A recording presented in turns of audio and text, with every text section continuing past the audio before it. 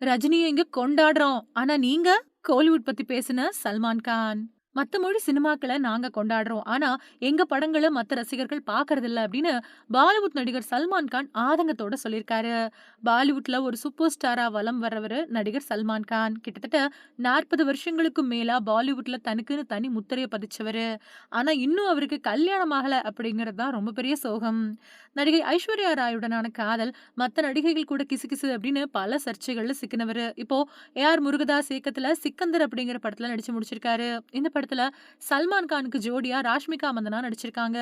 இவங்க ஜோடிய பத்தி கூட சமீபத்துல ஒரு சர்ச்சை கிளம்புச்சு. அதுக்கு சல்மான் கானும் தக்க பதிலடி குடுத்தாரு.